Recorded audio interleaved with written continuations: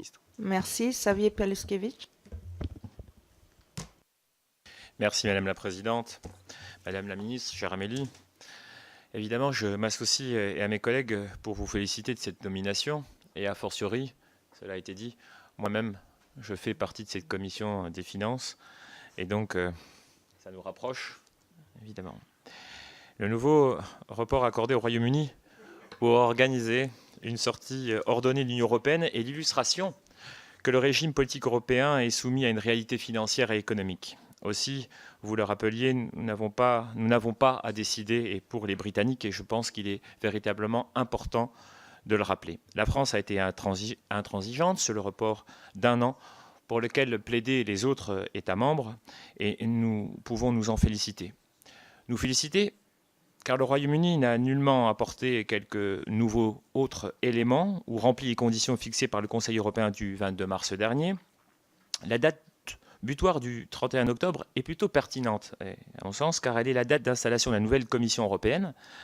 Et la Grande-Bretagne ne sera donc pas concernée par le processus de nomination des futurs commissaires, si tant est qu'elle puisse sortir. Toutefois, je veux aborder la question des élections européennes, Madame la Ministre. En effet, si on se réfère au texte européen, à partir du moment où un pays est dans l'Union européenne, elle est obligée de maintenir des places aux représentants de ce pays pour protéger ses citoyens, et donc cela implique forcément des élections.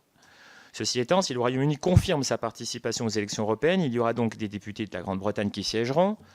Dans le cas contraire, des décisions pourraient être votées, et vous le disiez, au Parlement européen, qui seraient très facilement attaquables, voire annulées par la Cour de justice de l'Union européenne. Dès lors, Madame la Ministre, alors que les europhobes britanniques ont bien l'intention de se faire élire, et à mon sens pour saboter le travail du Parlement européen, d'être un véritable cheval de Troie de l'Union européenne, pourriez-vous préciser selon vous la possibilité de paralysie de nos institutions, nous faire part de vos réflexions sur ce flou juridique qui encadre les possibles députés britanniques et enfin des places qui seraient laissées vacantes par les députés britanniques en cas de sortie. Enfin, dernière question. Art de la prétérition oblige, je n'irai pas jusqu'à dire que nos amis britanniques auraient la faculté de faire tourner tout ce petit monde en bourrique, mais cependant le sentiment grandissant d'une grande partie des Européens, et notamment des électeurs européens, c'est que le Royaume-Uni, et notamment Theresa May et Jeremy Corbyn, jouent une partie de poker à deux. Ma question est la suivante, sont-ils menteurs? Convient-il de payer pour voir leur jeu? Personnellement, je ne le crois pas. L'important, à mon sens, c'est de ne pas instiller ce sentiment auprès des électeurs européens que ce troisième report soit une chimère à la veille des élections prévues en mai prochain et qui pourrait se traduire par des résultats surprenants et des lendemains qui déchantent. Je vous remercie.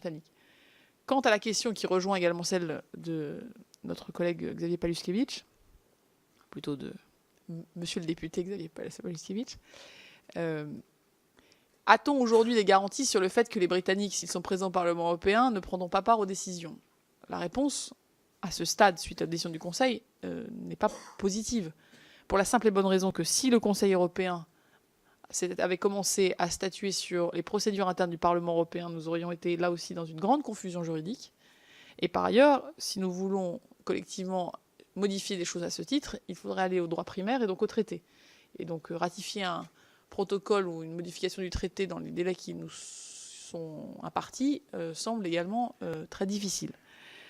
Tout l'enjeu, pour moi, va être de suivre très précisément l'application des paragraphes 7 et 8 des conclusions d'hier soir, puisqu'il est bien écrit que le Conseil européen prend acte de l'engagement du Royaume-Uni d'agir de manière constructive et responsable tout au long de la prorogation conformément au devoir de coopération loyale, et qu'il est attendu du Royaume-Uni qu'il respecte cet engagement et cette obligation prévue par le traité d'une manière qui corresponde à sa situation d'État membre qui se retire. À cet effet, il est bien écrit, le Royaume-Uni doit faciliter l'accomplissement par l'Union de sa mission et s'abstenir de toute mesure susceptible de mettre en péril la réalisation des objectifs de l'Union, en particulier lorsqu'il participe au processus décisionnel.